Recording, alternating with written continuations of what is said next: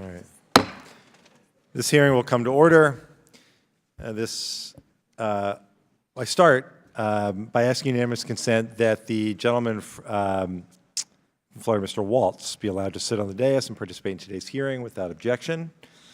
So ordered. Welcome. Nice to have you with us.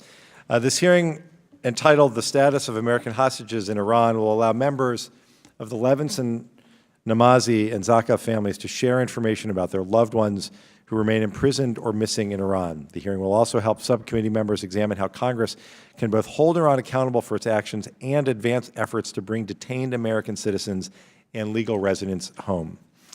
Without objection, all members may have 5 days to submit statements, questions, extraneous materials for the record, subject to the length limitations in the rules. I will offer an opening statement, then turn it over to the ranking member, Mr. Wilson, for his opening statement. I want to welcome our witnesses. I am heartbroken to see you back at this table. I thank each of you for your courage and for your advocacy. It is my goal to have this be the last hearing like this that we do together. I want to acknowledge all the families, the family members that are here today in the audience, and if you would, I would ask you to stand.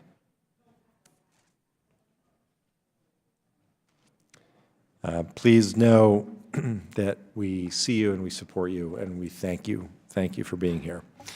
You may be seated, thanks. I thank the ranking member for his partnership. In conjunction with today's hearing, Ranking Member Wilson and I are introducing a number of related legislative efforts. We would welcome the support of all members of the subcommittee. Saturday will mark the 12th anniversary of the disappearance of Robert Levinson from Iran's Kish Island. Bob was last seen at his hotel on March 9th, 2007. Bob is a patriot. Bob devoted 30 years to serving his country, first with the DEA and then a quarter century with the FBI. Bob is a husband of 40 years. He is a father of 7. He is a grandfather of 6, 5 of whom he has never met. Bob is my constituent and a part of our community back in Coral Springs, Florida. Bob is not at home enjoying his retirement and his family because of Iran. In the days after Bob disappeared, Iranian state TV reported he was in government custody, yet the story soon changed. To this day, Iran's leaders refuse to acknowledge it is responsible for Bob's disappearance. The regime has never fulfilled its repeated promises of assistance on locating and returning Bob. To echo my former Florida colleague, Senator Bill Nelson, who fought on behalf of the Levinson family for a decade, if Iran doesn't have Bob, they know who does and where to find him. Bob Levinson is the longest-held American hostage. Today, Mr. Wilson and I introduced the Bob Levinson Hostage-Taking Accountability Act that strengthens U.S. government policy on hostage-taking and authorizes sanctions on those who engage in hostage-taking. Today, we are joined by Bob's wife, Christine, and 3 of his 7 children, Sarah, Dan, and Doug. We thank them and their 4 siblings, Susan, Stephanie, Samantha, and David, for their strength and for their advocacy. I've gotten to know the Levinsons over the past 9 years I've been in Congress. They are remarkable. I'm grateful to know them, and I wish that I didn't have to know them under these circumstances. Doug and Dan have each sat at this witness table where their mother sits today. We must not convene another hearing where we sit across from a member of this family. Iran's despicable practice of holding Americans and other foreign nationals hostage shouldn't be tolerated by any responsible nation. Today we'll hear from Babak Namazi about the horrific conditions his brother and father have faced since they were imprisoned in 2015 and 16, respectively. Siamak, detained first, followed by his father, Bakr, a former United Nations official, is in his 80s. Bakr's health has dramatically deteriorated since his detention. Siamak and Bakr were sentenced to 10 years in prison at a sham trial. Their appeals repeatedly denied. Bakr should not spend the rest of his life in prison. He and Siamak must be released immediately and returned to their family. The subcommittee first heard from Omar Zakha when he was still in high school. Omar's father, Nizar, is a U.S. legal permanent resident and a Lebanese citizen. Nizar is an IT professional who was invited to Iran to participate in an IT conference. Let me say that again. He was invited to the country and then detained. Nizar has been in prison since 2015, and his physical state has weakened. Like the Namazis, he was sentenced to 10 years in a sham trial in 2016. And these families are not the only families suffering. There are other Americans in Iran. Jiyu Wang is a doctoral student at Princeton who went to Iran to do research for his dissertation. He was arrested on bogus charges and sentenced to 10 years in Iran's notorious Evin prison. I note that just months ago, Iran also arrested Michael White, a U.S. Navy veteran, in July. White was beaten, has no money to hire a lawyer, and still does not know if any charges are filed against him. White is a former cancer patient, and his health is worsening.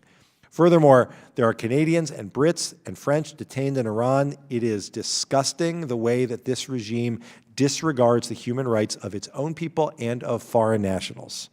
Hostage-taking is a violation of international law. For the Levinsons, they've now worked with 3 U.S. administrations.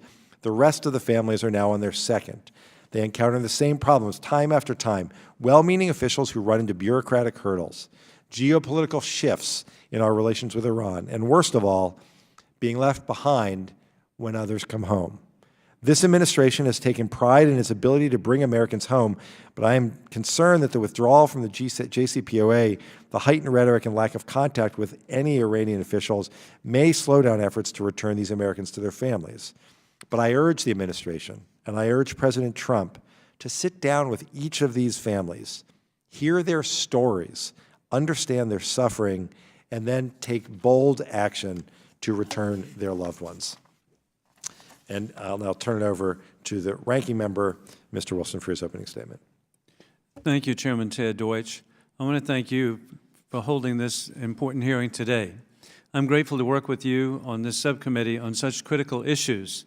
You have long fought for the release of Americans unjustly held in Iran, and I've been particularly inspired by your hard work highlighting the case of your constituent, Robert Levinson, who disappeared in Iran in 2007. Sadly, today is the 12th anniversary of his disappearance. I hope that together we can continue the bipartisan tradition of the committee of elevating these tragic cases, as you and the former chairman of the subcommittee, Ileana Ros-Lehtinen, have been so successful in raising this issue in the past. Ms. Levinson, Mr. Namazi, Mr. Zaka, thank you for being here today to share your stories of your loved ones. None of us can imagine what your families go through every single day. Your testimony today will give Congress and the American people a small window into the unimaginable reality that you face each day. Iran is currently holding at least 8 Americans and dual U.S. Iranian nationals on trumped-up charges that amount to clear and definitive hostage-taking. At least 9 other individuals with British, French, Australian, and Canadian nationality are also being held by the regime. This is unfortunately not the first time this subcommittee has held a hearing on Iran's hostages. Iran's taking of hostages in exchange for political or financial concessions is morally reprehensible. It is symbolic of Iran's outrageous disregard for international law and basic human decency. It goes hand in hand with the regime's designation as the foremost state sponsor of terrorism in the world. We need to see additional pressure and sanctions specifically against the Iranian individuals and entities responsible for detaining the family members of our witnesses here today. Iran has been taking hostages as a matter of policy, and we must force Iran to change its behavior. We need to see an intense, concerted effort from Congress and the administration to seek the release of our Americans who are being held in Iran. I'm grateful to join Chairman Deutsch as the lead Republican on 2 important pieces of legislation introduced today, including a resolution that will be calling for the immediate release of Mr. Levinson, Amak, and Bakr Namazi, and Nizar Zaka. What all 3 are U.S. and all other U.S. citizens. Legal permanent residents and foreign nationals which are being held in Iran. The other crucial measure that will be introduced would impose sanctions on any foreign person responsible for or complicit in the unlawful detention abroad of a U.S. national. It's time for Iran and other rogue regimes to pay the price for taking American hostages. I urge this committee to take up the bills as soon as possible, and hey, I know they will with Chairman Deutsch. Thank you again for the extraordinary and brave and courageous witnesses who are here today. We look forward to your testimony. I yield back.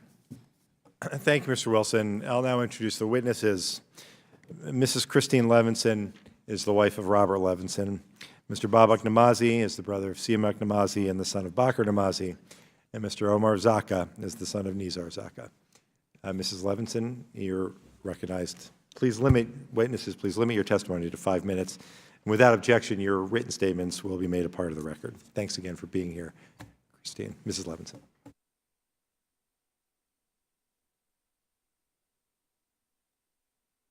You'd turn your microphone on. Push button. Okay, I'm sorry.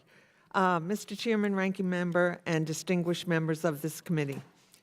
My name is Christine Levinson. I am the wife of Robert Bob Levinson, an American held by the Iranian government.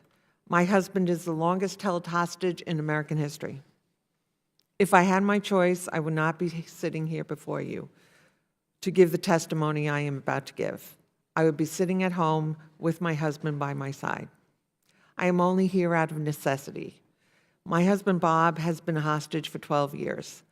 Despite trying to get him home by every means possible, I am absolutely no closer than I was when he first went missing on March 9th, 2007.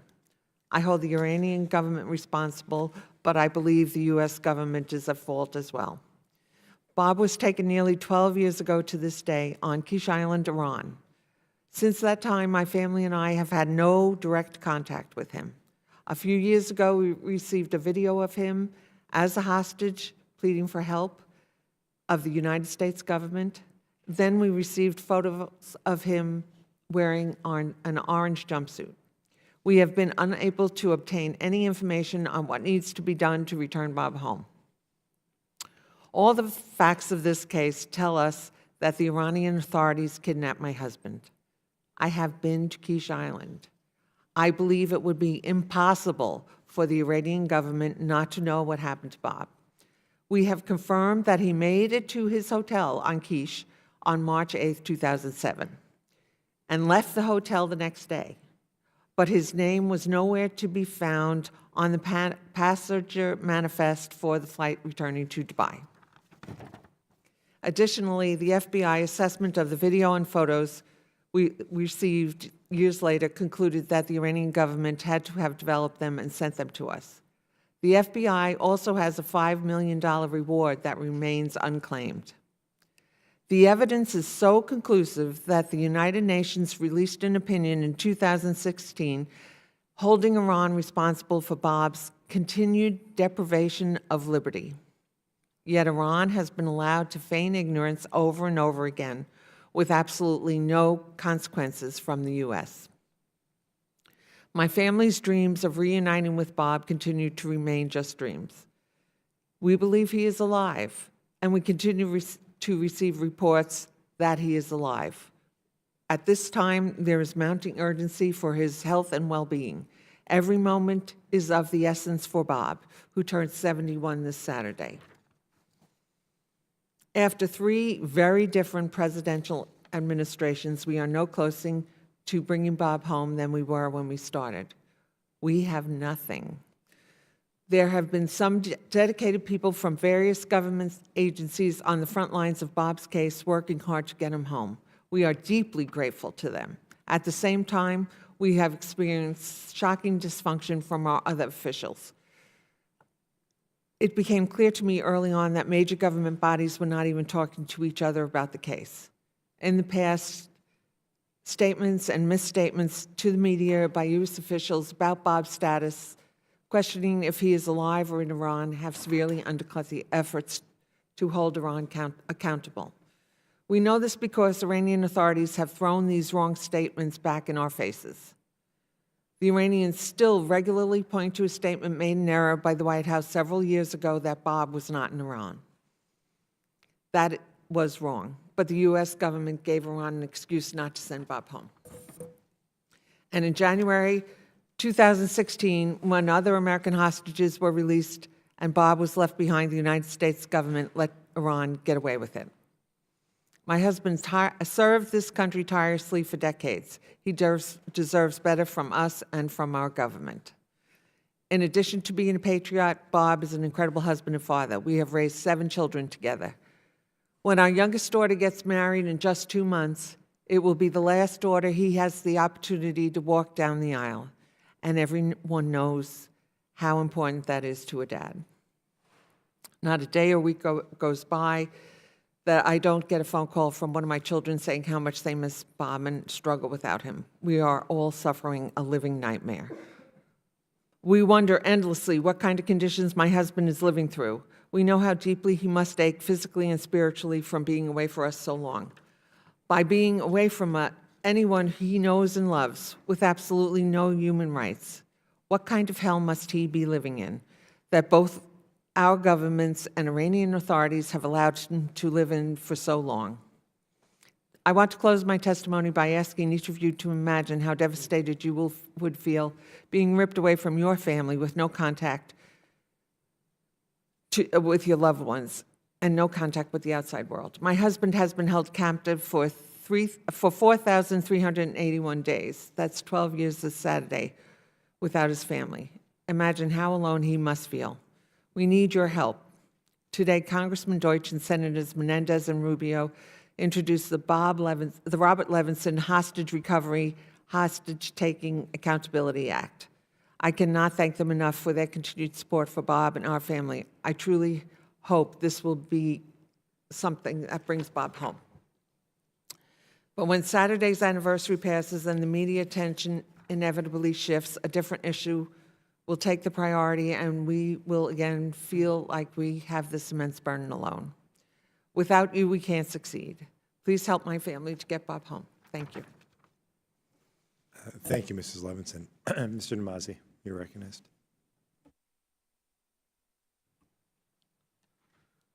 Mr. Chairman and distinguished members of the subcommittee, thank you for inviting me to testify today. I sit before you in utter desperation and disbelief that over 3.5 years into my family's indescribable anguish, both my 82-year-old ailing father, Bagher Namazi, and 47-year-old brother, Siamak Namazi, continue to unjustly and cruelly languish in Iran, each with 10-year prison sentences. For reasons I still do not understand, my innocent family was targeted by Iran's Revolutionary Guards and being used as pawns and hostages.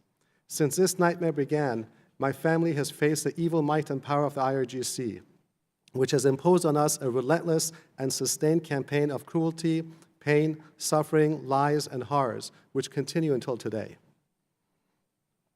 I am here today, however, because it must be emphasized that the situation for my family, and especially my seriously ill father, is critical and swiftly heading towards an irreversible tragedy unless something is done and done urgently. I am here today to implore the Trump administration, the U.S. Congress, the United Nations, and really anyone at all to help me save the lives of my father and brother. Since my father's unjust imprisonment in February of 2016, he has been hospitalized 8 times, 2 of which required emergency heart-related surgeries, including the installation of a pacemaker. My father would only be rushed to the hospital by the IRGC when his health reached critical deterioration, and often his requests for medical attention were ignored, causing severe harm. My father lost over 20 pounds, was placed for extended periods in solitary confinement, and was subjected to severe psychological torment. While my father is currently on a restricted temporary medical furlough, his health continues to decline. In fact, the rate of deterioration is accelerating daily. Aside from his already weakened heart and related ailments, which continue to deteriorate, he has been recently diagnosed with epilepsy, as well as a 70% blockage of main arteries leading to his brain, significantly increasing the risk of a stroke. My father is getting weaker every day and cannot take a few steps without his knees buckling under him and loss of balance. It seems every day a new ailment unleashes itself on my frail father. We live in constant fear that at any moment my father will have his temporary medical furlough revoked and be dragged back to Evin prison. It is due to this fear that I reluctantly have been keeping a lower profile and drawing less attention to our plight. But as the only capable family member living in freedom, I must do all I can to save my beloved father and brother. I can no longer keep quiet. The horrific and painful reality is that my father is dying. He needs proper medical attention outside of Iran and is living on borrowed time. Unless he's allowed to leave urgently, I fear our already desperate circumstances will turn tragic. I have begged repeatedly, and do so again, for the Iranian government to allow my sick father to be allowed to leave Iran. We don't want my father to leave Iran in a coma or worse, dead. The situation is also terrible for my innocent brother Siamak, who has been languishing in Evin prison since October 2015. Mr. Chairman, going against all values that we stand for as Americans, the prior administration inexplicably and unforgivably left Siamak behind in January of 2016, when it brought other American hostages home. At the time, a mere promise made by the Iranians to release my brother within weeks provided license to leave an American behind in the name of the greater good of the nuclear deal. Well, we know how that horrific miscalculation turned out for my family. Not only was my brother not released, but the IRGC doubled down and also arrested my father, who has been lured back to visit my brother, shattering our lives beyond what we could have ever imagined. I spend a lot of time still wondering how our lives would have been so different today had Siamak not been abandoned in January of 2016. Both my father and Siamak are innocent and are being used as pawns and hostages. My father has spent his entire life serving humanity, including decades spent working with UNICEF in the most dangerous parts of the world. Growing up, my brother and I missed having my dad around terribly, but we understood the importance of his humanitarian mission. It is because of his impeccable record with UNICEF that the UN Secretary General, UNICEF, and hundreds of UN staff and retirees have privately and publicly reached out to the highest levels of the Iranian government to ask him to release my father on humanitarian grounds. Siamak similarly followed in my father's footsteps in serving humanity. In his most recent efforts, Siamak published a detailed report in 2013 that identified the negative effects of US sanctions on life-saving medicine and medical equipment reaching Iranian people. In part due to his work, the US government relaxed its rules to allow more life-saving medicine to reach Iranian people. I have engaged countless Trump administration officials to advocate for my family. With the recent appointment of the Special Presidential Envoy in Hostage Affairs, Robert O'Brien, I'm glad there is finally a person responsible for coordinating and leading the efforts to bring home hostages like my family. I am grateful to Robert and his team for working incredibly hard at this. However, the reality is that more than 2 years after President Trump's inauguration, at least to me, it seems that we're not any closer to bringing my family and other hostages home. While I do not understand the politics involved between our country and Iran, what I do know is that whatever has been tried so far has not worked. I strongly believe that only through direct engagement, focus on humanitarian imperative of bringing home American hostages, will there be a likelihood of success. While a direct dialogue will not guarantee success, in my view, the absence of dialogue will guarantee failure, a failure which would result in my father's death and my brother serving at least 10 years in prison. We cannot afford to spare any efforts.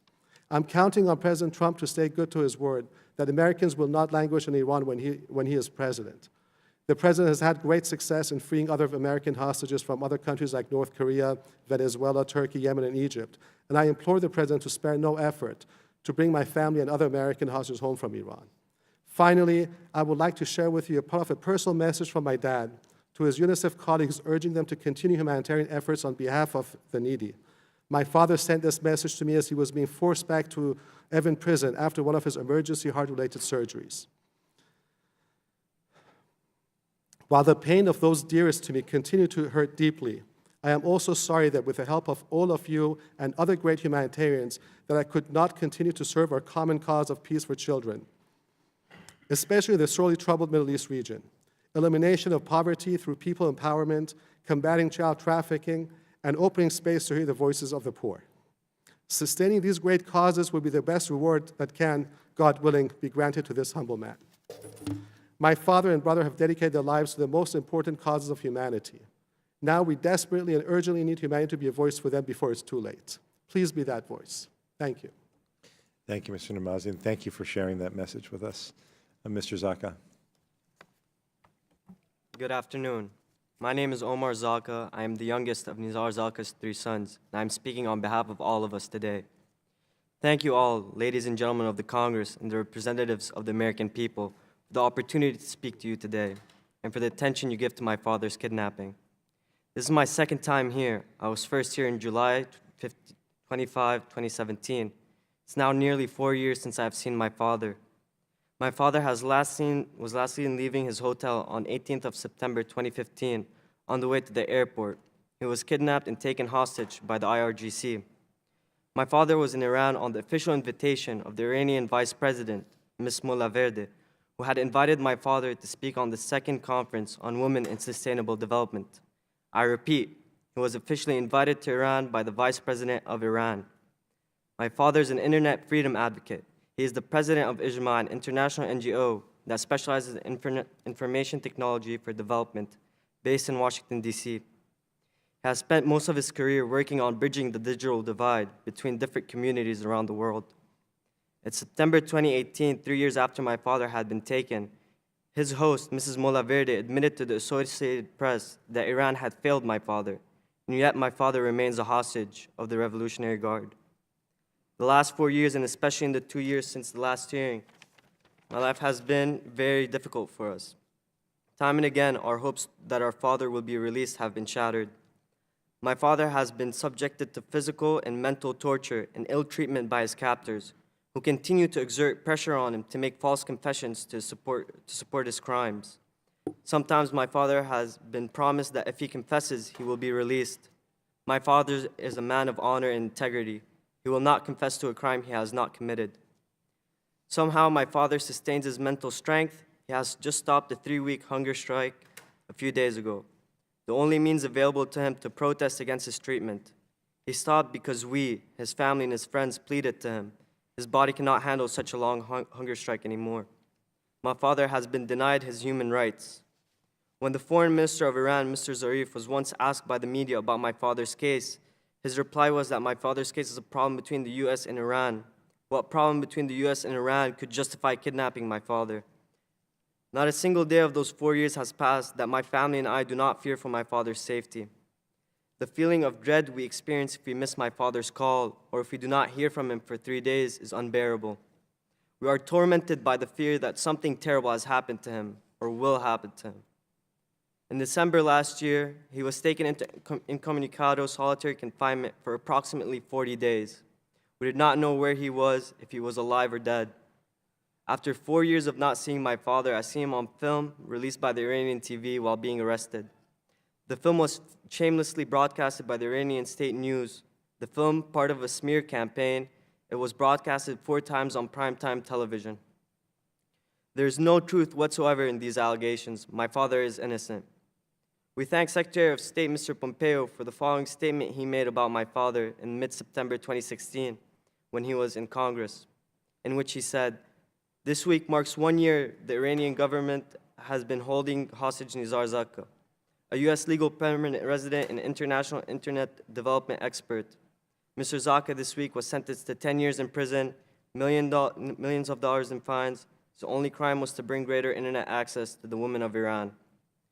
Currently, my father is being held underground, sharing 4 crowded cells between 50 of them, about 17 men to each cell. The air in my father's cell is rank with the smell of sewage. It is infested with rats and bed bugs.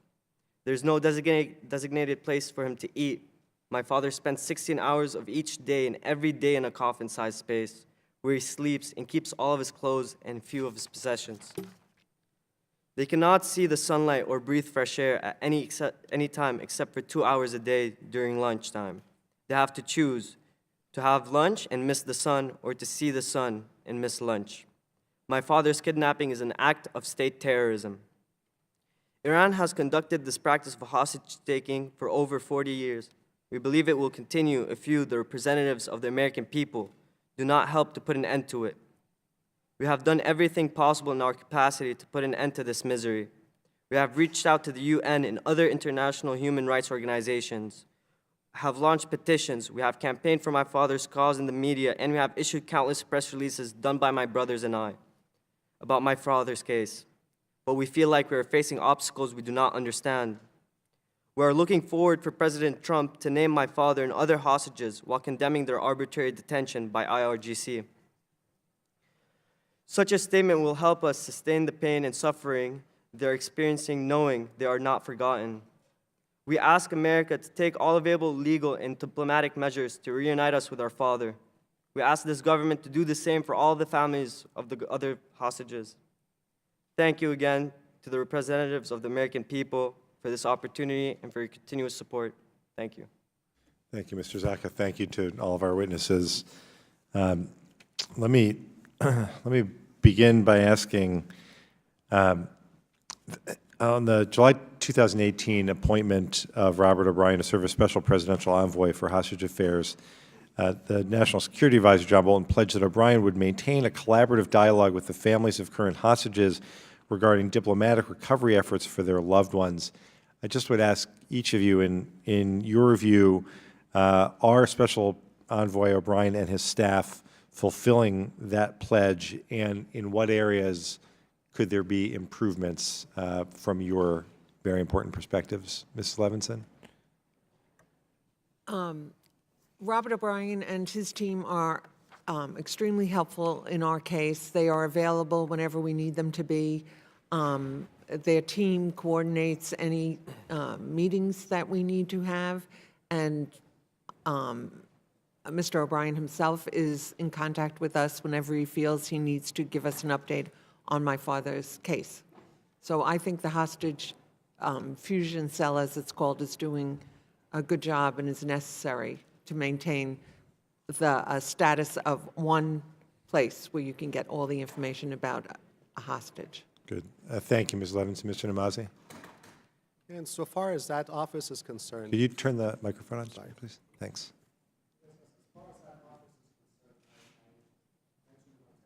Wait, actually, sorry. Is it on? is that on? Okay, thank you very much. The office has been very helpful. I've had no problem having communications. Obviously, it's important to have a single point who is leading and managing this. But obviously, from at least my point of view, while that office is very valuable and it's been very helpful to have the communications, we're all sitting here today because our loved ones are not with us yet. Mr. Zaka? We do appreciate all the support we're getting, and we hope to see more of the support in future. Okay, thanks. Ms. Levinson, last May you told Time Magazine that your family had been left behind after the Trump administration prioritized securing the release of American hostages in North Korea. Have you seen increased focus from the Trump administration on your husband's case since the release of those Americans in North Korea? Unfortunately, I have not. I feel that more could be done. Bob is still not home, and so it's necessary for the Trump administration to make it a priority. Bob is the longest held hostage, as I said before, and the United States government needs to get him home, and that's all we're asking for. It's not something that every American wouldn't want for their family. It's a little unorthodox and probably not quite the right thing to do, but I just ask each of you, since I know the White House watches what happens here, shares it with the president, do you have a message for the president? I would ask that he would meet with us. He doesn't know us. He doesn't understand how difficult it has been for our family because he hasn't talked to us. We need to make sure that everyone in the United States government at the highest levels knows how difficult it is for any family to be away from their loved one and unable to resolve it themselves. I appreciate that. Mr. Namazi? I'm not sure that it is. Yeah, I mean, obviously, I would welcome very much the president's direct engagement. I mean, again, in the case of my family, he set a very high standard for me personally, my family personally, when he tweeted about my family. And I have a feeling with the incredible success he's had with releasing other hostages from other countries, if he does meet with us and hear our stories, he will be even further motivated to spare no efforts, especially given the urgency of my father's health. I'm sure he'd be very keen to do more himself. I appreciate it. Mr. Zaka? I hope President Trump sees our case and puts a little bit more focus to it and to accomplish the same accomplishments he's done with other hostages throughout the world. And I hope our families are next to all of our families because we do miss them and we can't wait for them to come home. I appreciate that, and I appreciate those messages. Mr. Wilson, I'll turn it over to you. Thank you very much, Mr. Chairman. And this is one of the most meaningful hearings I've ever been to. And it's so meaningful because of your participation, your heartfelt presentation. And for Mr. Zaka and Mr. Namazi, if you're able, can you tell us the conditions that you know about your loved one, how being held, and the importance for the world to understand that the Iranian regime is not only holding your loved ones, but also abusing them? And if each of you could explain. Begin with Mr. Namazi and Mr. Zaka. And the only reason I didn't ask Ms. Levinson, because they still are concealing what occurred March the 9th. Is this on? So that's why I'm asking you. Thank you. I mean, since the arrest, there have just been absolutely horrific mistreatment. I mean, in the case of Siamak, there's been also physical abuse. This has included the use of tasers. He has been placed in solitary confinement and isolation for close to a year. In certain circumstances, there was a threat of electric shock, with the authorities going as far as actually putting wiring on him. He's had no mattress to sleep on for a very extended period of time. He was in a dark, cold cell. And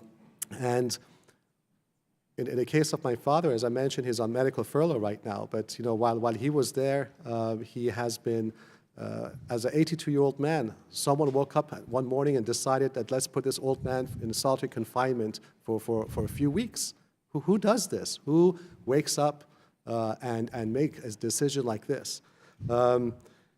We appreciate the attention, and it's been a painful decision for me to come out and speak publicly, as it has been for other family members. But I fear if I don't speak about this, it's important for the world to know that the suffering we're going and our loved ones are going through, and that's why the urgency. Thank you. And Mr. Zaka? The treatment of everyone in Evin, especially the ones taken from American citizens and other people, they do not care about their, physical condition. They do not care about their mental condition. They subject them to being in solitary confinement for extended periods of time with disregard of any human rights. Thank you very much. And Ms. Levinson, it really is so impressive to be here with your family. And I look forward to having your input in trying to identify the most effective way forward from your experience, from your study, from your family study, and what talented family you have.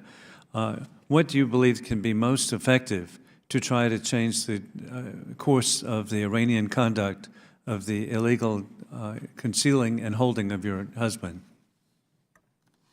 I'm not sure what's going to resolve my husband's case. What I would hope is that both sides, the United States government and Iran, would work to get the cases of both my husband and all the other people being held hostage resolved. There's no reason for a government to hold an individual. I hope that the United States administration just continues to make it a priority to get all the hostages everywhere in the world home. These are the people who make up the United States. The United States is a country of freedom, and these people have no freedom. And that's what we need to make sure the other governments do, especially Iran. And we go back to the Tripoli pirates. I mean, this has always been the standard of our country to recover hostages and not be subject to hostages. And sadly, and Ms. Levinson, in your situation, there has been no contact at all. But Mr. Namazi and Mr. Zaka, have you been in contact at all with the Iranian regime in terms of what may be required for their release, for your family's release? I personally have had no contact with the Iranian government. No. Neither do I. And additionally, has there been any intimidation by all three of you, by the Iranian regime that could be directed from the Iranian regime. Has there been any intimidation effort on your family? No, we haven't received any kind of intimidation. They haven't acknowledged that they have Bob officially, so they haven't done anything as far as intimidating us. Half of my family was ripped away from me, so I don't think they needed to call and threaten anymore. Their action spoke very, very loudly. I know for a fact that my brother was constantly threatened with the arrest of my mom, for example. But from my perspective, I would have rather had threatening calls, between the decisions. And this is horrible to have to sit here and say this, but I'd rather be threatened, beaten, than have my father and none of my family members. But I wish they had taken me instead of my father, because he wouldn't be dying right now today, perhaps. And Mr. Zaka? To be honest, I couldn't have said it better than my peer, Mr. Namazi. We didn't have any intimidation, though we didn't have nothing to say, sir. Again, as I conclude, I want to thank each of you and what wonderful families you have. God bless you. Mr. Vargas, you're recognized. Thank you very much, Mr. Chair. Mr. Chair, thank you for holding this hearing, and the ranking member also, and especially I want to thank the witnesses here today.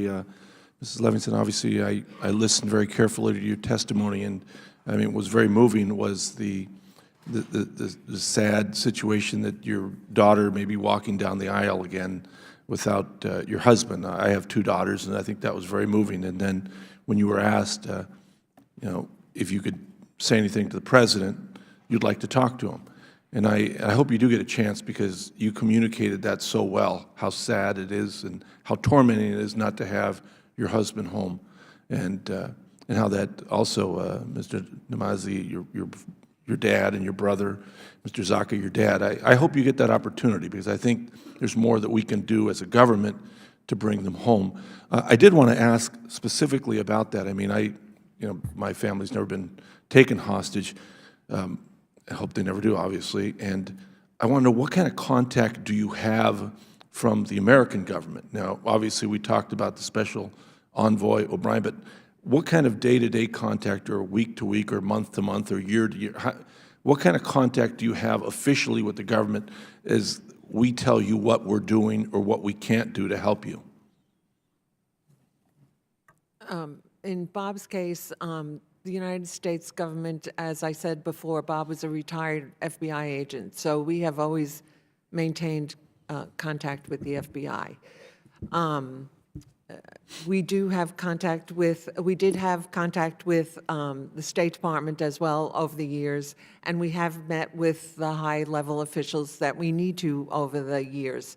As far as the hostage envoy goes, I feel that is much easier now, because there's one person who you get in touch with, and then you are able to get all the meetings you need through that one person. And the hostage envoy, Mr. O'Brien, does get in touch with us whenever he has new information to share. If we ask for a phone call, they are always willing to talk to us. I've never seen any problem with getting in touch with them about the case. That's good to hear. My question was going to be, then he does communicate with you, then you don't only call him, he sometimes calls you if he has information. Right. He'll ask for a call with us, and we'll make an arrangement for actually the whole family to get on a conference line and talk about the case. And he has done that several times. And as I said, he's invited us to D.C. for meetings and so on. So he has done a very good job at this. Thank you. Mr. Namazi, how about yourself? I'm of course, in regular contact with senior administration officials, and I live in Dubai, so I come to Washington quite regularly, and on this trip also I did meet with them. I've had again not a difficulty in meeting with senior officials, although before the hostage envoy, Mr. O'Brien, was appointed, there were changes, there wasn't continuity, and that was a challenge. That there was almost a restart. And I know they're working hard for the release of my family as well as the other family members that we have here. But at the same time, I fear there isn't enough is being done fast enough. I mean, especially in the sense of the urgency is very clear in the case of my father, and it has been clear for the past year or two, and the deterioration has been very rapid. So while I'm very grateful for the engagement. I do hope that we can step up and deploy whatever tools we have as the American government, because obviously there's a lot we can do. Yeah. Well, I know even your testimony, you were reticent to come up and speak because of you were hesitant because of potential danger, but thank you for your bravery, thank you for coming forward, and I know that you're very concerned because of your father's age and his illness, so I hope that this does encourage our government and obviously the regime in Iran to do more to release him. How about you, Mr. Zaka? They do communicate with my lawyer, but personally they do not, and as needed. So the special envoys never communicated No, with you sir. personally? No, sir. Okay. Do you feel like you get the information that you need? No, sir. You don't? Okay. So in your case, then, it does seem like we have to do a better job to communicate with you to let you know what's going on. Is that correct? Yes, sir. I sure hope so. Okay. My time has expired. Again, thank you very much for showing the courage to come forward, and I hope we can help. And again, I want to thank the chair for the bills that they've proposed, and I certainly will support them. Thank you very much. Thank you, Mr. Chair. Thank you, Mr. Vargas. Mr. Shabbat, you're recognized. Thank you, Mr. Chairman, and I'd like to begin by thanking Mr. Deutsch for his commitment, I know, to the Levinson family. He's been involved in this for a long time. It's obviously much harder on the family, but I know it's something he's been committed to and done everything that he could for his constituents in this particular instance, so we appreciate that. I know how frustrating it's been for, obviously, the family principally, and but and a lot of the questions, I think, it mostly comes down to what can we do, and we're considering legislation. Have you all had a chance to review, or was that done in cooperation with you? Are there things that you'd like us to do additionally, other than supporting that legislation? Ms. Levinson in particular, was there something that you'd like to, for example, boy, I wish this would have got in the bill, or it didn't get in there? Are there any other thoughts that you have, or? I personally haven't seen the wording on the bill, so I don't know exactly what it states. I would ask, a special envoy is, I think, something that is necessary, but I would hope that the administration would not use this as an excuse to pass the buck, so to speak, and not meet with the families themselves. I would like everybody to be able to see the families and see what they're going through and be able to help in any way possible. And sometimes I think because there is one person to go to who handles everything, it's hard. People just don't take the interest as much in the case. I don't think the overall government does that, and we need to do that. Okay. Thank you very much. Let me ask this. I know one of the things that, being in your circumstances, and obviously none of us can relate to this unless we're actually under those circumstances, and we're not. But let me just ask you this. It must be very, very frustrating to have to kind of hold your tongue with respect to Iran and the government, knowing that they have your loved one over there, and if you express your outrage, that they can take it out on your loved one, so you have to be somewhat careful about that. Is that the case, or what? I'd be interested in hearing from each of you. Ms. Levinson? Honestly, that's always in the back of my mind. We have, over the 12 years, been silent, and we've also tried to push them hard, and I do wonder every time we open our mouths whether it's going to have an effect on Bob and what happens to him, especially since we have no information about what they're doing to him right now. Just as a member of Congress, I'm sure you're all familiar with Otto Warmbier, who was taken by the North Koreans. Well, I used to represent the little part of the greater Cincinnati area that he was in. Now it's Brad Wenstrup. And I think Brad felt the same way. We were very, as much as I hate Kim Jong-un and think he's a brutal, thuggish dictator who has who has done the most outrageous things to his own people, you sort of wanted to bite your tongue because you always thought if you're saying that, they might take it out on this person knowing that they have anything to do with you. So I was always very careful until he got back here, obviously in a terrible state. But that's got to be even tougher for the family. Mr. Namazi and Mr. Zaka, how about holding your tongue?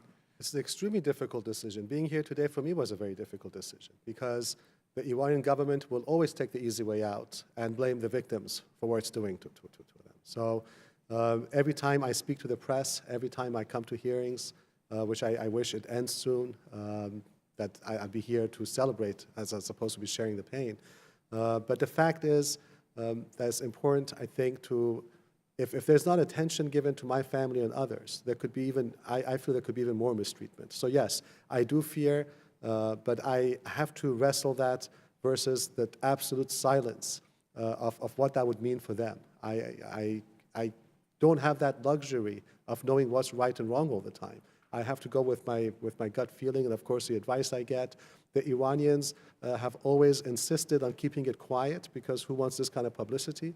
Who wants this kind of attention? So I learned the difficult way because for the first year, since this nightmare started for my family, we did keep quiet. I broke my silence only when there was a conviction.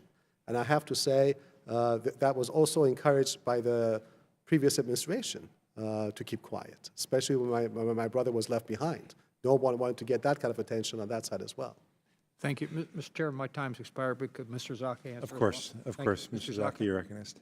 I'm actually very fearful about what I say and what I do in front of the public in regards to IRGC or Iran, just because they're very unpredictable. They will take anything and just maybe put it out on him, and it does affect me. I don't know what I can say or what I cannot, and how they will perceive it. It is a constant fear whenever I do present myself in public towards this cause. Thank you very much. I yield back. First of all, I want to thank Chairman Deutsch for holding this hearing. This is an unmitigated tragedy for the families. I mean, it's hard to comprehend a brother, a father, a husband not going down the aisle with their daughters. It's mind-boggling. America's had a tradition of no person left behind, and we owe it to you folks to continue that. And I guess my first question would be, how would you characterize the differences between how the Obama administration was working on this versus the Trump administration? Mrs. Levinson?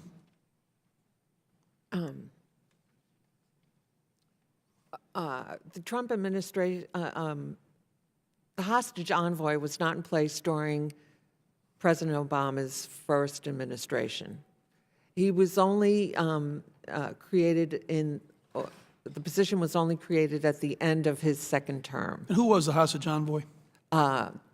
James O'Brien. And now, with the Trump administration, that position has been in place since the beginning. And so it's a different situation, and it's difficult because I can't really judge the two administrations differently because of the two different situations. In the beginning, we had no contact with President Obama or his administration the way we do since the hostage envoy was created. So I would say that the hostage envoy is helpful. The difference is also the Obama administration was willing to talk to the Iranians, and the Trump administration has said they will not talk to the Iranians. So It's going to be hard getting a resolution if we don't talk to the Iranians. Right. Mr. Namzi? I mean, you opened with a very correct statement. As Americans, we don't leave anyone behind. And as I've mentioned a few times, but I can't help myself because it's just so. I'm living every day as a consequence of that. That's what I thought. That's what my family thought. That's what we all believe in. This is what America stands for. We realized on national television that my brother was left behind. So, yes, it was Iranians, it was the Revolutionary Guards who took my family and kept them. But it was the Obama administration who chose to leave Siamak behind. For reasons I will not understand until today, my family will not understand. So my engagement, again, was very unique because for the first few months, obviously, that was still my family's only hope was the engagement. And I met with Jim O'Brien, an amazing person, and he cared. And people who take this position is not for the money, obviously, it's not for the glory. It's a thankless job, and I appreciate people who are dedicated to this. It's what policy is going to be implemented by these individuals, and what powers do they have? And I share Mrs. Levinson's concern that, yes, it's amazing and it's incredible to have the special presidential envoy because there is one person in charge. At the same time, I used to go to the White House quite often, and not that I want to go to the White House, don't misunderstand me, but I felt I was being more engaged with decision makers. And I think you had asked what can be done with the presidential envoy. I think perhaps empower him even more, and for him to be a principal, and we've spoken about a position as ambassador, because obviously whatever decisions are made at the White House, and especially with this administration that has a whole different approach with Iran, that becomes even more and more important. Mr. Zaka. I'm not very aware of how the government works and the policies that go around, at least most of them. But what I could see is that the new administration is more upfront with their activities and everything they do, a little bit more than the Obama administration. Well, I'll tell you, I think it's certainly important, to Mr. Wilson's point, that we have an opportunity, you have an opportunity to sit down with the president at some point in time, sooner, not later, every day. It's a bad day. Yeah. And tell him your story. And if he has that as an imperative, he can get that job done. And we owe it to you to get that job done. Thank you. Thank you. Thank you, Mr. Trump. Mr. Watkins, you're recognized. I yield my time. Okay. Thank you. Mr. Keating? Thank you, Mr. Chairman. I'd like to thank you and the ranking member for having this important hearing. I'd also like to say, Mr. Chairman, and I think as Mrs. Levinson knows in particular, that each and every opportunity over the years, you have been making sure at every possible committee hearing that we've had publicly that people know that this is a priority for us, that these Americans are being detained without legal justification. And I'd like to really thank the witnesses for coming forward here today, because it's not easy. It takes a lot of courage, and I know how difficult that must be, but I also know how important it is that we hear your voices and that the rest of America hears your voices through these hearings. And I hope, too, the Iranians hear your voices.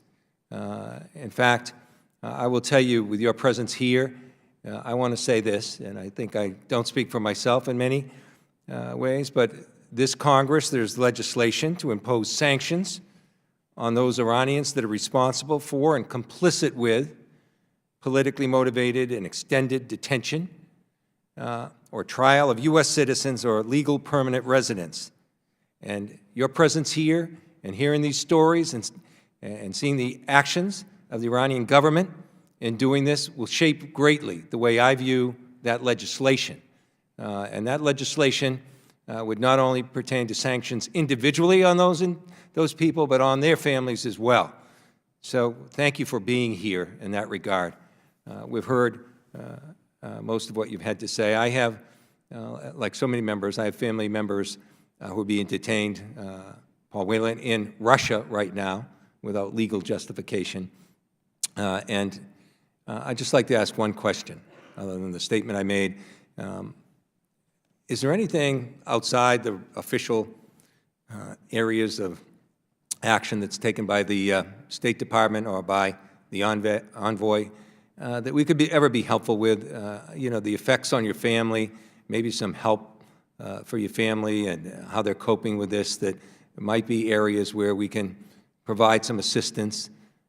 Before I did this, I was a district attorney, and I know the people suffering the kind of trauma you're having, although it's hard to compare some of that. I know that what they're going through as a family and what they're going through themselves. Could you suggest perhaps maybe some other resources that might help you or your family members to get through this? Actually, I think the Victim Services Administration, the people in that group do help sometimes. I've been in contact with them, and they have helped my family. I don't know what else they can do right now. I know there's only one thing that'll remedy the situation, Right. and that's getting them back. Right. And these are years of your life and their lives that are taken away. And all our lives are measured in years and hours and minutes. And it's a terrible deprivation. Any other suggestions that you might have, other than, you really don't have to suggest much or tell us. Your presence here says it all. So thank you for doing this, and I yield back. Thank you, Mr. Keating. Mr. Waltz, please, you're recognized. And thank you, Chairman, Ranking Member Wilson, for allowing me to support the families today and your important legislative efforts. And I just want to echo my colleagues of the Iranian, I don't even want to say habit, I want to say practice, deliberate state practice of hostage-taking that has been a part of their foreign policy since the taking of our embassy. In 1979, we may remember former Army officer and CIA officer Buckley, who was tortured and hung through the Iranian proxies, Hezbollah, in the 1980s, and they're still operating through proxies. I also want to call attention, in addition to your tragic cases, to the longest-held journalist in Austin Tice through the Syrian regime, backed by Iran. My question for you, well, before I get to my question, I certainly agree with my colleagues, and I'd be interested in your family's take on this as well. I certainly agree we need to turn up the pressure through sanctions that will be in this legislation. I think that's how the Iranian regime responds. I also understand your desire for dialogue and talk, and would certainly support a humanitarian track that is limited, but specifically talks about these cases and opens that up.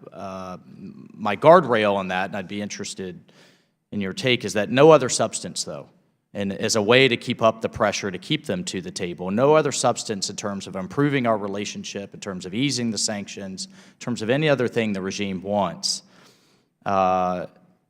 without resolution on these issues, whether it's the full release. My question is, one, your opinion there. Do you agree with that if the administration were to take that approach? And then secondly, specifically for you, Mr. Namazi, can you elaborate on how your brother was left behind, your understanding of how that happened? I think we need to get that out in the public consciousness in a very real way so that it never happens again with any other type of negotiation. So just first, you're a humanitarian track, but no other substance, and then secondly, if you can elaborate on that, Mr. Namazi. Thank you. I believe it's very much consistent with American values of cherishing life and cherishing bringing Americans home. And we can only do that, in my view, and I don't think there are many people who disagree with that, really, is through dialogue, and a very narrow dialogue, just as you've described it, on a humanitarian track. We've managed to get other hostages home from countries that we thought we were going to go to war with imminently. You know, I'm referring to North Korea. Mm-hmm. If you recall, there were discussions and fear of a nuclear engagement, and within months, through dialogue, I would imagine, and other countries. So yes, I would very much support that. I believe not doing it would result in failure. So not to interrupt you, Mr. Namazi, but you would agree then as a resolution in all of these cases with Iran is a precondition for any other talks? From my perspective. From my point of view, this is the most important thing in the world for me, yes. I don't know why my brother was left behind. I've heard different stories. I've heard different versions, and I've also been accused, my family's also been accused unofficially, off the record by unnamed sources, that we never requested help. This is a puzzle that I will take to grave with me, I would imagine. But the fact is that Siamak was left behind. He was left behind when there was an opportunity not to leave him behind. And I think it was because it was so important to have a deal on a specific date, and that date could not be come. You're referring to the Iran deal. Yes, I can't imagine anything else. But I don't understand what happened in the back doors. I've heard different stories. I've never heard. I hope one day someone writes a book who knows what really happened, and I can find out what happened to my family. But the painful truth is he was not on a plane when other hostages were on there. We found out about it. Didn't even get the heads up. Not that that would have made it any easier.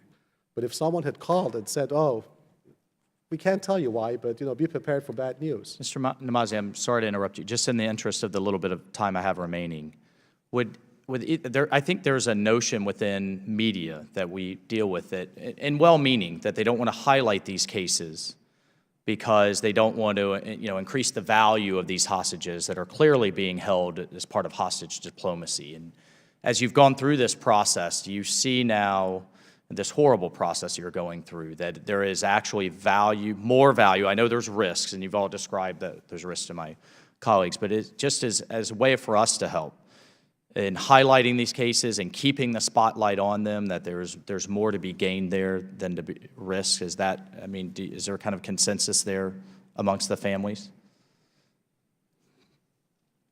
And apologies, Chairman, for going over my time.